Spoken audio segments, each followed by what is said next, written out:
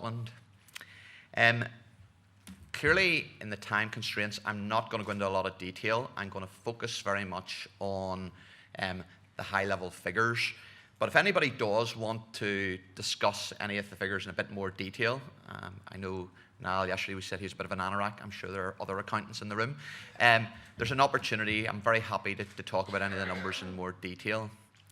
But before I start, maybe just a slight aside. I was listening very intently yesterday to all the presentations, and as I was reflecting at the end of the day, one of the things that struck me was that in the projects that are delivered, and the programs, even the stories, you make a massive impact upon people's lives. And maybe one of the things we should be thinking about for next year is actually measuring and recording the social impact of what you do. We focus here, and I'm going to talk about the financial performance of the sector, but I think it'd be really good if we could think about measuring and having numbers on the social impact. So maybe that's one for next year. Okay, to revert to form, I am a typical accountant. I'm having doubts about my colleagues here because they had hardly any numbers at all. I'm going to have lots of numbers. So let me give you a wee bit of the context. The figures represent 26 associations this year. There were 30 when we did this in the previous year. The figures refer to the 2012-13 year. So many of you already say, well, we're 6 to 9 months out of date in terms of those numbers, but probably the most recent audited figures we have available. We're talking about a sector with over 3 billion assets and employing some 2,850 full-time equivalent employees. So, I mean, a sizable sector for Northern Ireland. When we see the GB figures, yeah, much smaller, but having said that, extremely important. In terms of the benchmarking information towards the end, that information has been sourced from the HCA Global Accounts and the Scottish regulator, so they're not our figures. I've just pulled them out, and there's one figure in particular for Scotland I can't understand. I'll say that right up front. So, let me get into the detail. In terms of the figures, turnover for the year has reached 185 million. It's up 7%. Operating costs are up 4%. And that really reflects a couple of things. There are above average inflationary increases in quite a lot of expenditure. Having said that, repair costs are down. And I think that probably reflects the impact of component accounting. And I'll come back to component accounting later. But also, I think it does reflect in the overall operating surplus of 17.4%, which is a very credible performance. I think it's probably a surrogate measure of the efficiency of the sector. I do have to say, not a total measure because component accounting has made a significant difference. Interest is up just under 15% to 24 million, and the surplus that has gone to reserves before transfers is at 12.2%. So as you can see, a significant operation that you're running. In terms of the balance sheet, again, the gross book value is up 7%. Capital grant, mostly HAG, up 4.8%. The figure that probably has been most interesting in the current year is depreciation, which again has risen by 16.5%. That figure is largely down to the impact of component accounting. And I'm going to come back to that because it has had a really significant impact on the sector. And as already been referred to, loans have gone up to just short of £600 million within the sector. So I think if you can try to get a flavour for the size that we're talking about, and I say in Northern Ireland terms, you are a significant sector and have a significant impact on our overall Northern Ireland PLC's results. Okay, few charts.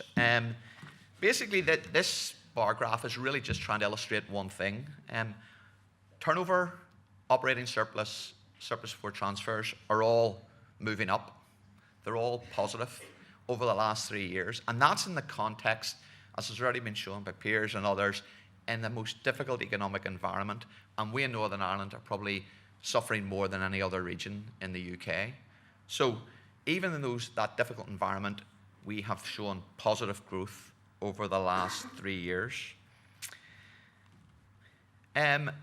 if I pick gross margin as a good surrogate measure, it has traditionally been around 23-24%. Now, as I said, we've only looked at the accounts on a global basis for the last 3 years, but certainly I've been involved with a number of associations, and 23-24% is a number, quite a number, have reported in their accounts. So I think it's probably a fair reflection. The jump to 26.3, I think, is a result of two things. One, again, component accounting. That has certainly had a major impact because major repairs, the cost of those have reduced in the accounts, but depreciation has increased. Having said that, we are clearly doing more with the same number of people. So there must be an element of efficiency impacting in the current year. If you remember back, we had 2,853 people this year, 2,857 the previous year. So it's virtually identical numbers, and yet we're doing a lot more business. A question, can we sustain that, or will we have to invest in more people to continue to deliver the service? In terms of looking at expenditure, what I've tried to do there is just pick out the main costs, and there's really four. Probably the interesting factor here is that you can see salaries and wages as a percentage of the total has reduced by 2%. And that is where that has gone, effectively 1 additional percent in depreciation and 1 in interest payable. The other costs overall have remained constant, but that sort of masks a number of ups and downs within other costs. So there are certain expenditures that have risen. The most notable probably is in terms of energy, fuel type costs have risen by more than inflation. Against that, there have been others that have fallen. So overall, salaries is probably the key impact. Now, maybe we'll look at that in a wee bit more detail. I have to be honest and say this graph didn't work out the way I wanted. This is trying to put too much information on one graph, because what I was really trying to show there was the movement over a number of years. And probably the main highlight coming from this is that, by and large, wages costs have actually been fairly steady. And I'll come on a wee bit to the analysis of that, but that's given the background where pension costs for most associations have been rising by the order of 7% year on year. And that's massively impacted by the defined benefit pension schemes that many associations have. Interest payable has risen, not unexpectedly, and that is reflecting not interest rates, but actually the volume of loans that have been taken out. If I look actually at salaries and wages, interestingly in 2013, the gross cost of salaries and wages fell by 2%. The white number shown in the bar graphs, that is actually the average cost of employing someone by an association. Okay, so it's not their salary. Let's just be very clear, it's not the average salary. It's the average cost to the association of employing someone. And you can see there that it rose quite significantly between 11 and 12. The overall figure in that year, the rise was really as a result primarily of the number of people being employed. But between 12 and 13, it has come down slightly, and that's really reflecting a small change in numbers between part-time and full-time staff, but really grade mix. Now, we haven't been able to get into a lot of detail on that, but what it's really showing is that the grade mix between staff, they're less senior people, if you like, representing a higher cost, and those have been replaced by more junior people. Now, I don't know if that's a result of mergers, where there's smaller less associations, but I think it's just interesting that it has fallen in the current year. In terms of the balance sheet, you can get a real flavour for how the value being invested in the sector has increased over the last 3 years. And to say we're now over 3 billion, and I suspect that figure will continue jumping in the next year. If I look at HAG as a percentage of that, it has, between 11 and 12, had remained fairly constant. This is on a cumulative basis, so this reflects all the HAG that has been gone through the system. It was roughly sitting at about 75% for the last couple of years. It's fallen to 73%, and is likely to fall again next year based on the percentages of HAG that are available. So you can see that HAG is playing a less influential role, but still a very important one in the sector. I've said a couple of times about component accounting and the impact it's had on the results. I'm sure all the accountants in the room are totally familiar with component accounting. Everybody else may not be, but just very quickly, what is component accounting? Component accounting is, in the past, what happened was that we took a property and depreciated it in totality. So maybe over 50 years, maybe over 100 years. So if you had a house, you were probably depreciated in over that length of time. With component accounting, we're splitting the house into its constituent parts, and we're taking areas like the roof, the heating system, all the key sectors, and depreciating those over a shorter life. And what that means is that the depreciation in any particular year will rise. So we had a quick look at what the associations are actually doing and how that has impacted. So what you can see first of all there is just, this is what the accounting policies are within the sector for each of the key asset types. Now, let me be very clear. We've shown an average life. By and large, no association uses the average life. For those that remember GCSE maths, or O-level maths in my case, this is an average, a mean average, not a modal. So what that means is it's a calculated figure. I've also given the range. So what you're seeing there is between the lowest and highest in any association. So clearly, the closer the average is to one end, the more associations are using that figure. So take the structure, 93 years. What's that saying is all associations either use a life between 50 and 100. Clearly more are using 100 because the average is towards that end of the range. So for me, the interesting thing is you're all not using the same life for your assets. It does vary. And actually can vary quite significantly for different elements of your property. Now, that's not wrong. You do need to look at each property in isolation and take a view. But for Northern Ireland, I would have expected the range perhaps not to be quite as wide. Okay, that's looking at the accounts. I said I'd look very quickly at how we compare with England and Scotland. Clearly, in absolute terms, we are much smaller. There's no doubt.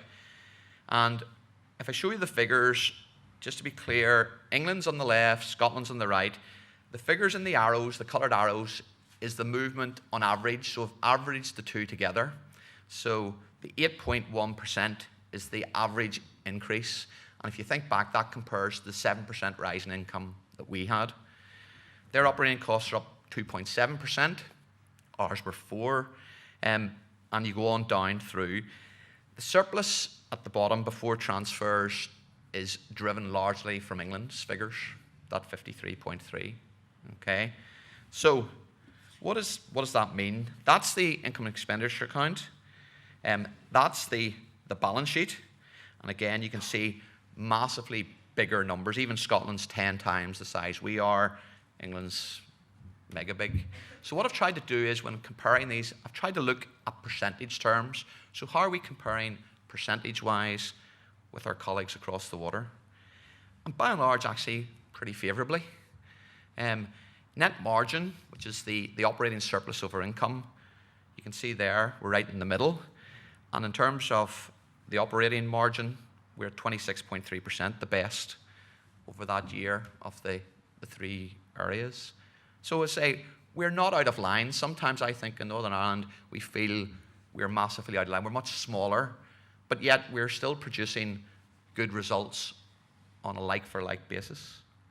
If I look at then growth, again, we're not particularly out of line with our colleagues across in England or Scotland.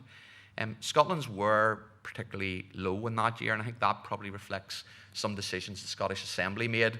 But by and large, I think the key thing to note is we're not really out of line. just looked at it in a wee bit of detail, just looking at the balance sheet. I think it's important in terms of the net book value, the capital grant.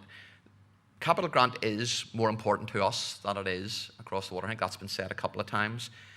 But we are getting more into loans. You can see the increase. This is the percentage increase year on year.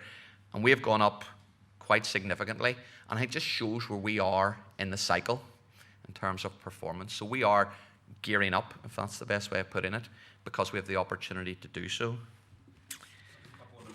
No problem. So can we actually afford it? Looking at it, on the left you have the debt per unit. And I think that reflects gearing and size. Interest cover, yeah, looks like we do have capacity to borrow more. And I know we have since the year end. So just to wrap up, I hope. No, stop moving. Can't wait. Yep. My view be the sector is in good financial health. I think stakeholders can have confidence that we are actually managing our finances well. We have had very positive growth in a very difficult environment, but I suppose the challenge I would pose is, can we sustain that? And just to finish off, I'd just like to thank everyone, but leave you with one final thought. And you probably never thought you would see a Shakespeare quote in a financial presentation. But if you have a quick look, what it's really saying is, at the end of the day, it's important that you manage the money, but more importantly, you manage your name and indeed your reputation. As I said, I do the audit of a number of associations, and very often the audit committee, someone will ask me, Martin, what do you think the biggest risk facing the sector is? And I think they sometimes think I'll talk about pensions or interest payments.